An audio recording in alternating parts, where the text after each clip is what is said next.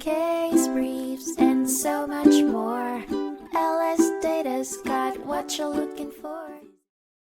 The Gulf Restoration Network v. McCarthy case in 2015 focused on the Clean Water Act and the EPA's responsibility to regulate water quality. Environmental groups sued the EPA for not regulating nitrogen and phosphorus pollution in the Mississippi River Basin and northern Gulf of Mexico, as well as not establishing water quality standards for some bodies of water.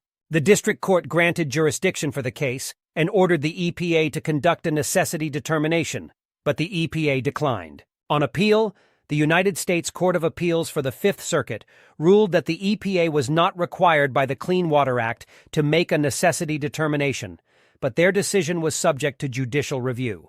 The case was remanded to the district court to assess the EPA's explanation for their decision, and the order requiring the EPA to make a determination was canceled.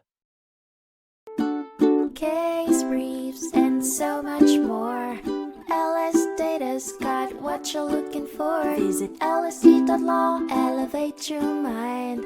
Leave the stress of class.